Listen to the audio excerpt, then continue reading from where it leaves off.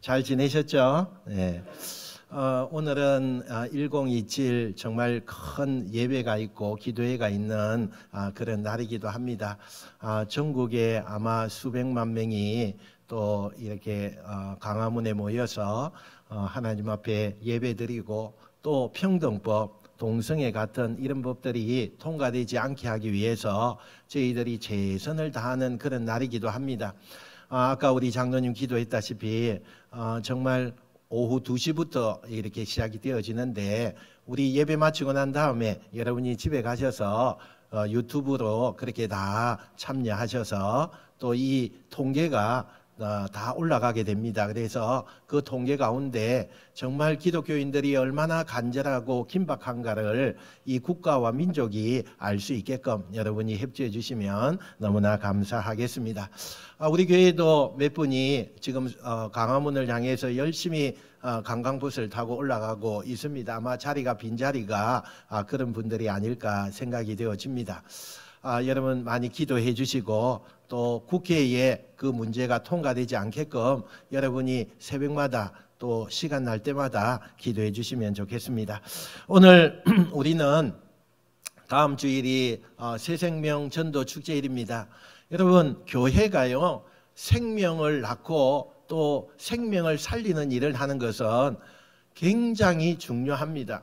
교회의 역할 가운데 제일 우선순위다라고 이야기할 수 있는 부분이 이 생명을 살려내는 일이기도 합니다.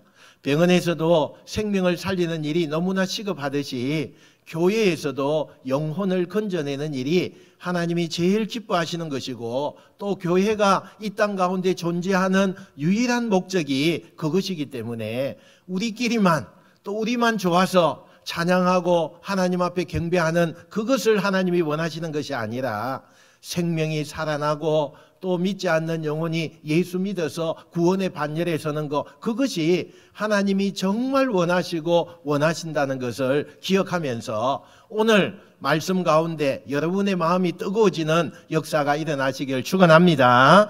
여러분 우리 가운데서 전도 안 해본 사람은 아마도 한 명도 없을 겁니다. 여러 사람을 통해서든지 또 개인적으로든지 아마 전도하는 일이 굉장히 많이 있었으리라고 봅니다. 그리고 가정에서 안 믿는 식구들이 있을 때에 그때에 여러분은 자주 이야기할 겁니다. 예수 믿어야 됩니다. 또 교회 나갑시다. 아마 이렇게 여러 가지 예를 쓰는 줄 압니다. 우리가 복음을 전하면서 사람들로부터 그렇게 애를 쓰고 있지만 자주 듣는 이야기가 있어요. 나중에 믿겠다 하는 이야기죠. 나중에 믿겠다. 당장 믿을 필요를 느끼지 못하는 사람들의 궁색한 변명으로 우리가 그 말을 많이 듣고 있는 것입니다. 아무리 우리가 진지하게 설명을 해줘도 그들은 무딘 반응을 보이면서 나중에 믿겠다 아니면 혹 믿지 않겠다 이런 이야기를 하는 사람들이 너무나 많은 것을 보게 됩니다. 우리 주변에 이런 분들요 참 많습니다. 참 내가 전도하는 모든 곳에 보면 바로 내가 주님을 믿겠습니다 하는 사람이 단 한 사람도 없을 정도로 그렇게 많은 사람들이 나중에 믿겠다 이렇게 합니다. 그런데 여러분 하나님은 어떻게 하십니까? 하나님은요 급하다고 말씀하고 있어요. 구원이라는 것은 당장 믿고 받아야지 그것이 시급한 문제인데도 불구하고 세상 사람들은 그렇게 생각하지 않습니다. 나중에 믿겠다. 나중에 또 내가 한 번 더 생각해 보겠다. 이렇게 이야기하는 것을 보게 됩니다. 여러분 고린도 후서 6장 2절에 보면 아주 심각한 말씀을 하시죠. 앞에 나와 있는 것만 우리 읽어봅시다. 시작. 보라 지금은 은혜 받을 만한 때요. 보라 지금은 구원의 날이로다. 할렐루야. 지금이요 지금. 내일이 아니에요. 지금입니다. 지금 구원을 받을 때고 지금 예수 믿고 회개하고 하나님의 은혜를 받아야 될 때가 지금이라는 것입니다. 하나님은 이렇게 조급한 것입니다. 또 우리가 로마서 13장 11절 말씀도 비슷한 말씀이 나옵니다. 시작. 또한 너희가 이 시기를 알거니와 자다가 깰 때가 벌써 되었으니 이는 이제 우리의 구원이 처음 믿을 때보다 가까웠음이라. 아멘. 여러분, 자다가 깰 때입니다. 계속 누워 있을 때가 아니에요. 시간 보내고 있을 때가 아니라는 겁니다. 일어나야 할 때입니다. 그때가 언제입니까? 지금이에요. 지금입니다. 하나님은요, 이렇게 굉장히 다급하십니다. 지금 구원의 날이라고 이야기합니다. 지금 자다가 깰 때라고 이야기하는 것입니다. 예수 믿는 사실을 이렇게 사람들에게 지금 시급하다고 이야기하는데, 사람들은 그것을 반대로 생각하고 아직도 나중에 믿겠다고 이야기하는 사람들이 대부분인 것을 보게 됩니다. 오늘 본문에 보니까 예수님은 두 가지 역사적인 사실을 가지고 자꾸 미루기만 하면 결국에는 구원을 놓칠 수 있다는 사실을 엄중하게 우리에게 경고하고 있다는 사실입니다. 한번 기회를 놓치면요, 얼마나 그들의 그 종말이 너무나 안타까운 거예요. 그 종말은요, 얼마나 비참해지는가 주님께서 말씀하고 계시는 것입니다. 첫째는 노아의 홍수요, 둘째는 소돔과 고모라의 심판입니다. 여러분, 노아 홍수는요, 창세기 6장에 너무나 잘 기록되어 있어서 우리가 잘 알고 있습니다. 갑자기 그 당시에 인구가 급증하기 시작하죠. 사람들이 많아졌어요. 그러면서 동시에 그곳에 성적으로 문란해지는 것을 보게 돼요. 성적으로 문란해지니까 사람들이 점점 가치관이 달라지고 포악해지는 것을 우리가 보게 돼요. 또 사람들이 가는 곳마다 폭력이 심해지기 시작합니다. 하나님께서 이런 인간의 모습을 보시고 사람 지은 것을 한탄하셨다고 말씀하면서 더 이상 묵과할 수 없다고 판단하시고 심판하시기로 작정을 하시는 것입니다. 이것이 노아 홍수의 심판이었습니다. 그러나 우리 하나님께서 당장 심판하지 아니하시고 120년이라고 하는 유예기간을 주셨습니다. 120년 동안 유예기간을 주시고 노아라는 위인을 세워주시면서 전도자로 파송하셨습니다. 그래서 노아의 전도로 그 말씀을 듣고 회개하는 사람들은 구원을 받을 것이요, 끝까지 뒤로 미루면서 끝까지 예수님 하나님을 거부하면서 하나님 믿기를 거부하는 그 사람은 결국에는 물로 심판을 받게 될 것이다 말씀하고 있는 것입니다. 그렇지만 노아의 전도는 철저하게 우리가 성경에 보듯이 실패하고 맙니다. 자기 식구들 외에는 한 사람도 구원하지 못하는 것을 우리가 보게 돼요. 결국 그 당시에 하나님을 거역하고 자기의 마음대로 살고 나는 나중에 믿겠다고 하는 그런 사람들은 한 명도 남지 않고 다 물로 심판을 받았습니다. 주님이 이 사건을 두고 경고하시는 거예요. 또 소돔과 고모라의 심판을 우리는 창세기 19장에서 잘 읽을 수 있습니다. 그 성이 얼마나 큰 성인지 잘 모르겠어요. 그러나 고대 사회에 우리가 상황을 봤을 때 그렇게 큰 성이겠는가 우리가 조금 생각해 볼 수 있습니다. 소돔과 고모라라고 하는 이 두 도시가 아마도 그 사회적인 전반에 봤을 때는 그리 크지 않고 조그마한 도시였다고 우리가 생각해 볼 수 있습니다. 그런데 그 도시는 유례없는 성적 문란이 판을 치고 있었습니다. 그리고 폭력이 그곳에서 판을 치고 있었어요. 하나님께서 수십 년 동안 지켜보시다가 결국은 그 성을 심판하시기로 작정하셨습니다. 그러나 금방 심판하지 아니하셨어요. 롯이라고 하는 의인을 통해서 그 성에 있는 사람들에게 자기의 잘못을 깨닫고 회개할 수 있는 기회를 수십 년을 주었어요. 그럼에도 불구하고 롯을 통해서 감화를 받은 사람은 한 사람도 없습니다. 그들 식구 외에는 한 사람도 없어요. 결국 그 성은 하나님 앞에 심판을 받고 말았습니다. 한 사람도 구원받지 못했습니다. 예수님은 이 두 사건을 놓고서 노아의 시대의 사람들이 반응하는 것과 소돔의 그 땅에서 반응하는 것과 같은 그런 반응을 시대마다 사람들이 계속할 것이라고 경고하고 있는 것입니다. 어느 시대를 막론하고 사람들은 구원에 대해서 심각하게 받아들이지 아니할 것이고, 하나님의 심판에 대해서 아무리 큰 소리로 외쳐도 그것이 긴박하게 듣지 아니할 것이라고 주님께서 오늘 말씀을 통해서 우리에게 경고하고 있는 것입니다. 경고해요.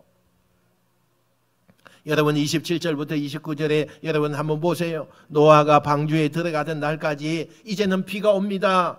비가 오는 날이에요. 비가 오는 것을 보면서도 사람들은 먹고 마시고 장가들고 시집갔다 그랬어요.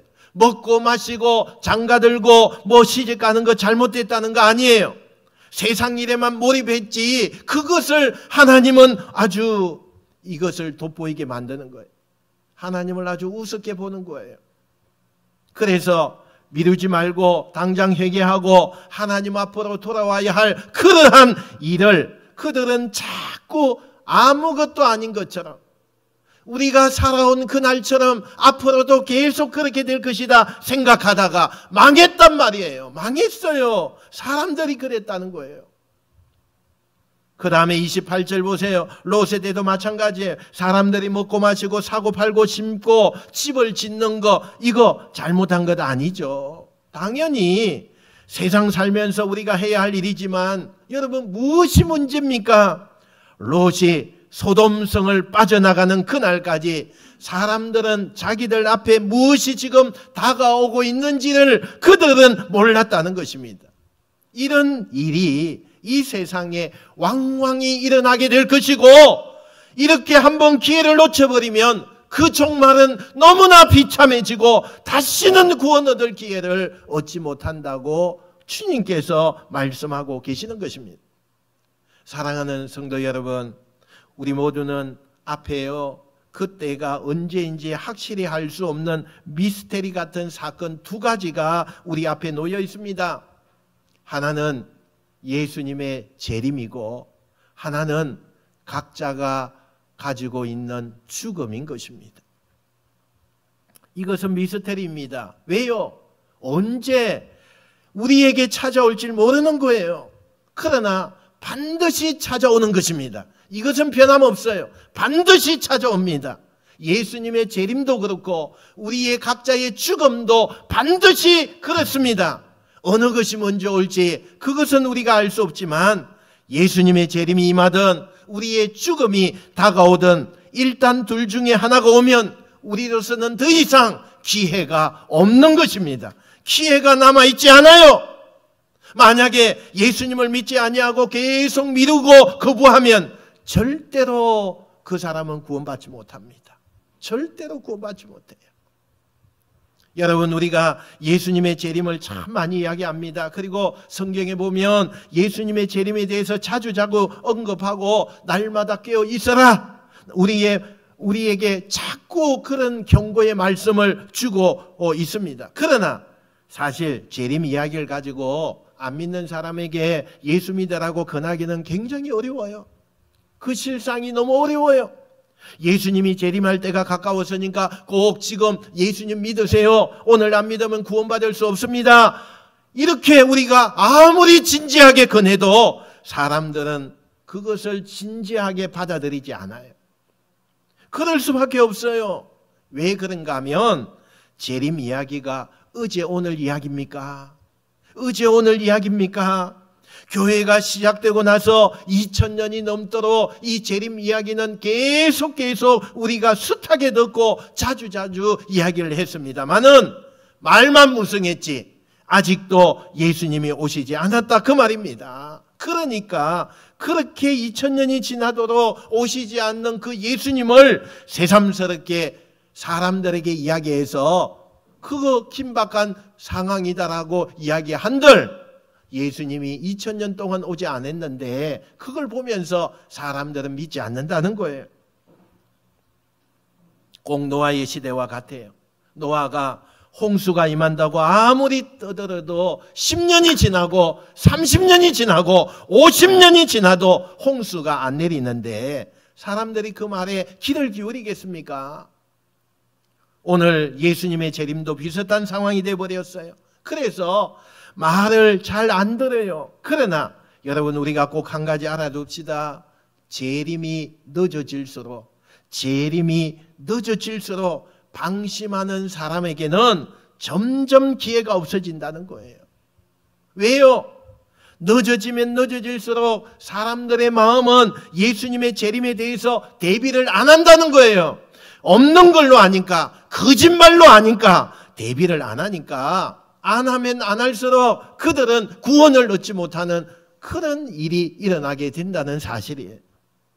그러다가 어느 날 주님이 말씀하시는 대로 생각지도 않은 때에, 평안하다 할 때에 밤에 갑자기 도적이 뚫고 들어오듯이 예수님께서 재림을 하십니다. 그렇게 되면 그때는 준비할 수가 없어요. 아무도 그때는 안 돼요. 여러분, 34절 한번 볼까요? 34절요. 시작. 내가 너희에게 이르노니 그 밤에 둘이 한 자리에 누워 있음에 하나는 데려감을 얻고 하나는 버려둠을 당할 것이요. 아멘. 여러분, 남자 둘이 잠을 자고 있었어요. 그런데 예수님이 갑자기 재림하셨습니다. 잠자는 사이에 오셨어요. 그런데 하나는 이미 예수 믿고 하나님의 자녀로서 준비하고 있었기 때문에 잠을 자다가도 주님이 재림하시니까 구원받는 거예요. 그러나 한 사람은 미루다가 준비를 안 했어요. 잠자다가 예수님을 만났어요. 어떻게 준비합니까? 그러니까 결국은 버림을 당하는 것입니다. 35절 봅시다. 35절요. 시작. 두 여자가 함께 맷돌을 갈고 있음에 하나는 데려감을 얻고 하나는 버려둠을 당할 것이니라. 아멘.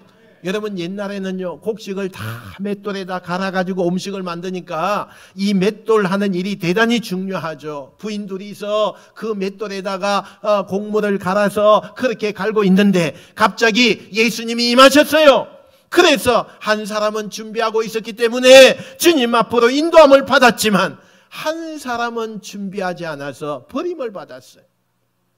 36절 오늘 보니까 없음이라고 적혀 있어요. 어느 사본에 보니까 두 사람이 밭에 나가서 있었어요. 밭에서 일을 하고 있는데 한 사람은 예수님이 재림하니까 구원을 받고 한 사람은 버림을 받았다고 나와 있어요. 여러분 보세요. 우리가 이 말씀에서 참 중요한 사실을 알아야 돼요. 우리 가운데 아무도요 잠자지 않고 문 열고 밖에 나가서 주님 오시는 것을 기다리는 사람이 없어요.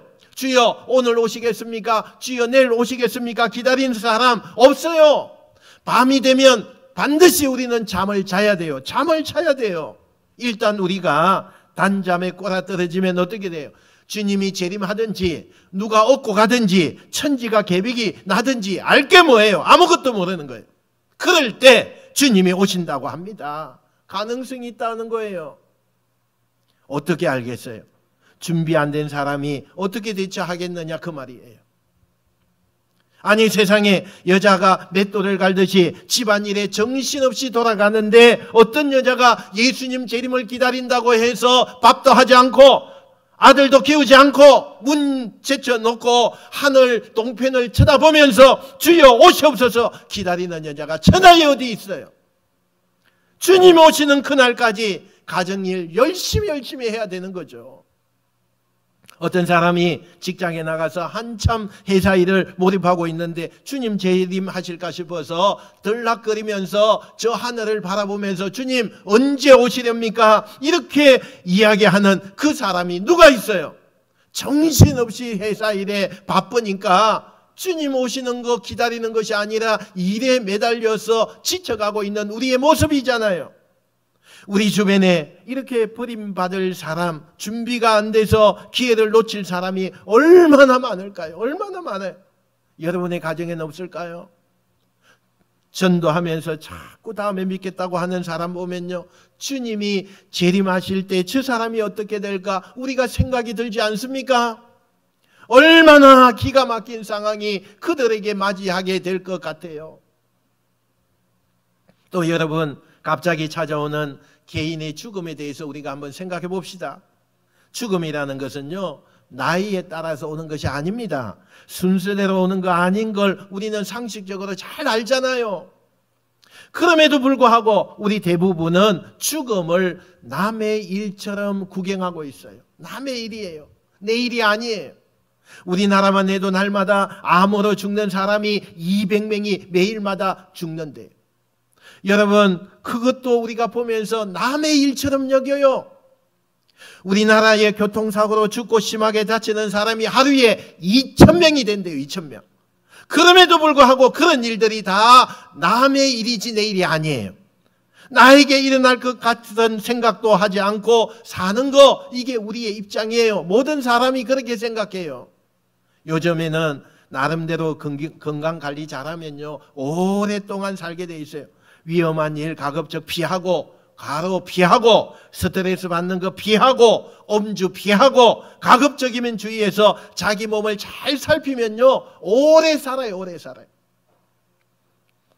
우리의 평균 연령이 높아가면 높아갈수록요 전도하기가 무척이나 어려워져요. 동시에 기회를 놓치고 영원히 구제받을 수 없는 사람들이 많아져 가고 있는 거예요. 이런 현실을 보면서 우리는요 가슴이 아파야 돼요. 가슴이 아파야 돼요. 놀라운 사실은 예수를 믿기를 거부하거나 미루어서 사람을 놓고 하나님께서는 오래 참으신다는 거예요. 무지하게 오래 참으셔요. 특별히 악인에 대해서는 참 오래 참으십니다. 여러분 한번 물어봅시다. 선한 사람이 빨리 죽습니까? 악한 사람이 빨리 죽습니까? 선한 사람이 빨리 죽어요. 선한 사람이 빨리 죽어요. 참 안타까워요. 선한 사람이 빨리 죽는 걸 우리가 봐요. 여러분 작은 교회 가보면요 정말 교회에 몇 명 되지 않아요. 그런데 그곳에서 가시 노릇하고 목사님 괴롭히고 교회가 교회되지 못하게 하고 부흥도 받고 이렇게 하는 사람이 있어요. 그 걸림돌 되는 그 사람 한 사람 때문에 교회가 무척 힘들어요. 그런데 이상하게 그 사람은 오래 살아요. 참 이상해요. 여러분 목사님 세계도요 가만히 보면 저 사람이 목사님이신가 이렇게 할 정도로 생각이 되어지는데, 한 가지 놀라운 것이 있어요. 무지무지하게 건강하고 오래 살아요. 오래 살아요. 참. 그리고 세계 역사의 독재자들 한번 보세요. 정말 저 사람이 짐승이지 사람인가 이렇게 할 정도로 형편없는 사람들 대부분 보세요. 오래 살아요. 오래 살아요. 그 이유가 뭔지 아십니까? 하나님이 그런 자들이 회개하고 돌아오기를 기다리시고 오래오래 참으시고 계신다는 거예요. 그러면 여러분 오래 살고 싶으면 좀 악인이 되세요. 하나님이요 오래 참으세요. 로마서 2장 4절 한번 볼까요? 자, 시작. 혹 내가 하나님의 인자하심이 너를 인도하여 회개하게 하심을 알지 못하여 그의 인자하심과 용납하심과 길이 참으심이 풍성함을 멸시하느냐? 좀 어려운 말씀입니다. 간단하게 요약하면 이거예요. 하나님은 왜 너를 지금까지 오래 참고 계시는지 아느냐? 왜 불쌍히 여기고 기다리고 사는지 아느냐? 너가 회개하고 돌아오기를 원하시기 때문이다. 이런 말씀이에요. 이 말씀. 오늘도 하나님은 이렇게 참으세요. 우리 생각에는 그저 하나님께서 그냥 안 믿는 그 사람에게 뭔가 충격을 가해서 그 사람이 예수님을 믿지 않고서는 견딜 수 없는 그런 뭔가 계기를 주면 좋겠는데, 하나님이 그렇게 하지 않아요. 그런 방법 안 쓰세요. 왜냐하면 믿음이라는 것은 스스로 믿고 싶어서 믿어야지, 공갈에 겁이 나서 협박에 겁이 나서 믿는 거 하나님이 원치 않으시는 거예요. 여러분 우리는 대부분 그런 버릇이 있어요. 아주 무서운 결과라도 아무리 끔찍한 운명이라도 지금 당장 내 눈앞에 그것이 없으면, 나타나지 않으면 멀리서 느릿느릿 다가오는 것에 대해서는 우리의 긴장이요 풀어져 있어요. 긴장하지 않아요. 우리 주변의 대부분의 사람들은 당장 재림이 임하지 않는 것 때문에 그들 마음이 담대해져서 예수 믿는 것을 거부하고, 아니 계속 뒤로 미루면서 버티는 사람들이 얼마나 많이 있는지 몰라요. 당장 자기의 죽음이 임할 수 있다는 사실을 알면서도 그것이 남의 일인 것처럼 그렇게 여기고 또 기회를 자꾸 미루는 사람들이 얼마나 이 세상에 많은지 몰라요. 우리 주변의 대부분은 하나님 없는 사람들이 그렇게 많아요. 여러분, 도올 김용옥 씨가요, 언젠가 그런 말을 하는 것이 생각났어요. 어디 달라라만가 대담을 하고 돌아와서 그가 이렇게 이야기를 했어요. 불교는 무신론이다. 불교는 과학이다. 이렇게 이야기를 했어요. 제가요, 깜짝 놀랐어요. 맞는 말이에요. 여러분, 불교는 무신론입니다. 거기에는요, 하나님이 없어요. 그렇다면 우리나라 80% 해당되는 사람들이 다 불교 믿는다고 그러잖아요. 그 사람들은 하나님 없는 거예요. 창조자 대신에 하나님을 모를 뿐만 아니라 창조자 대신 하나님을 경배하지 않은 사람들이 그 80%예요. 이런 사람들이 우리 주변에 깔려 있어요. 이런 사람들은 막연히 악한 사람들 아닙니다. 여러분, C.S. 루이스라고 하는요, 유명한 기독교 학자, 변정학자가 있어요. 그는요, 분명하게 하나님을 믿지 아니하는 것이 얼마나 무서운 죄가 되는가 이렇게 말하고 있어요. 잘 들어보세요. 하나님이 없는 삶, 하나님을 무시하는 삶은 남의 것을 어쩌다가 훔친 단순한 절도죄가 아니다. 하나님을 믿지 아니하는 사람은 개선의 필요가 있는 불완전한 피조물이 아니다. 하나님을 믿지 아니하는 사람, 그 사람은 손에 든 무기를 내려놓아야 하는 반역자다. 무기를 내려놓고 항복하면서 잘못했다고 말하는 것, 그동안 잘못된 길을 걸어왔음을 깨닫고 삶을 처음부터 다시 시작해야 할 준비를 하는 것, 이것만이 그 사람이 멸망에서 빠져나올 수 있는 유일한 길이다. 이렇게 이야기를 했어요. 여러분, 예수 믿기를 거부하고 하나님이 없는 삶을 사는 것은 단순한 죄가 아니에요.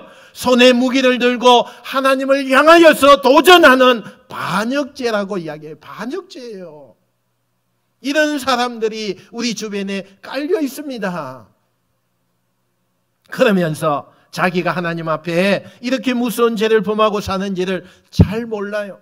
그렇기 때문에 구원받으라고 하면 우습게 여겨요. 우리에게 비아냥거려요. 지금 당장 예수님 믿어야 된다고 하면 피식피식 웃으면서 내일로 모레로 미루고 사는 사람들이 우리 주변에 깔려 있다고요. 깔려 있어요.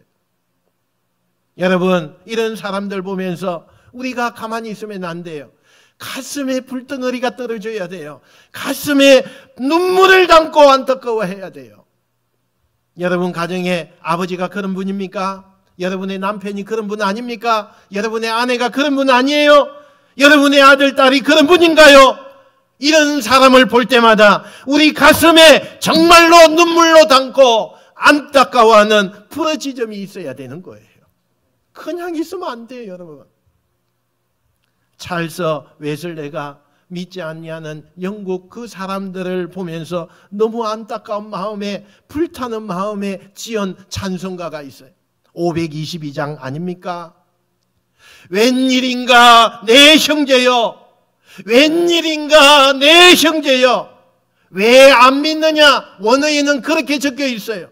웬일인가 내 형제여, 주 안에 믿다가 죄값으로 지옥 병벌 너도 받겠구나. 그 찬송가를 보면요, 찰스의 마음에 얼마나 안타까운 마음이 있는가를 우리가 느끼지 않아요? 웬일인가 내 형제여, 주 안에 믿다가 죄값으로 지옥 행벌 너도 받겠구나. 우리가 이런 절교하는 가슴이 있어야 합니다. 미루는 자들 방치하다가 진짜 그들이 영원한 것을 놓치게 된다면 우리도 절대 행복할 수가 없어요. 내 남편 안 믿겠다고 자꾸 미루는 것을 남편 비유 맞추느라고 계속 시간을 보내다가 어느 날 남편이 갑자기 기회를 잃어버리고 당신의 그 곁을 떠났을 때에 여러분, 남아있는 부인의 마음에 어떤 고통이 있을 것 같아요? 내 자신도 행복할 수 없는 거예요. 어떻게 보면 천국에 가서도 행복할 수가 없어요. 우리 주변에 잘못하면 이렇게 기회를 놓칠 위험이 있는 사람들 얼마나 많이 깔려 있어요. 언제까지 그대로 줄 겁니까? 오늘 밤이라도 주님이 재림하신다면, 내일이라도 그 사람에게 죽음이 임한다면 누가 구원받지 못할 책임을 져야 합니까? 그 사람의 완악함 때문에 그 책임입니까? 우리의 침묵이 더 문제예요. 우리의 침묵이 더 문제라니까요. 사랑하는 성도 여러분, 우리 자신을 믿지 마세요. 전도할 때 나를 믿으면 안 됩니다. 자꾸 뒤로 미루면서 믿기를 거부하는 사람을 내가 무슨 재주로 그들에게 설득합니까? 무슨 재주로 그들의 영혼의 문을 내가 열 수 있습니까? 안 되는 거예요. 나 자신을 보면 안 돼요. 입이 안 떨어집니다. 자신이 없어요. 그래서 많은 사람들이 입을 다물어 버려요. 이건 잘못된 태도입니다. 잘못된 태도예요. 우리는 예수 그리스도와 그의 십자가의 능력을 믿어야 합니다. 할렐루야. 여러분, 예수님의 이름은요, 오늘도 능력이 있습니다. 할렐루야. 성령의 역사는 오늘도 힘이 있어요. 십자가의 도는 오늘도 어두운 것을 밝게 비추는 놀라운 힘이 있습니다. 그걸 믿고 전하는 거예요. 그걸 믿고 전해야 돼요. 여러분, 십자가의 도가 미련한 그러한 사람들에게 보여도 우리는 담대하게 그 능력을 믿고 전하면 무기를 손에 들고 있는 사람들이 스스로 무기를 손에 놓고 예루살렘에서 예수 믿겠다고 하는 3,000명처럼 형제여 우리가 어찌할꼬 하며 가슴을 치고 회개하는 역사가 반드시 일어날 줄 믿습니다. 믿으시기 바랍니다. 우리 자꾸 믿자고요. 복음의 능력을 믿자고요. 그리고 우리 주변에 있는 사람들 내버려 두지 마세요. 아직도 한 사람도 여러분 작정 안 왔습니까?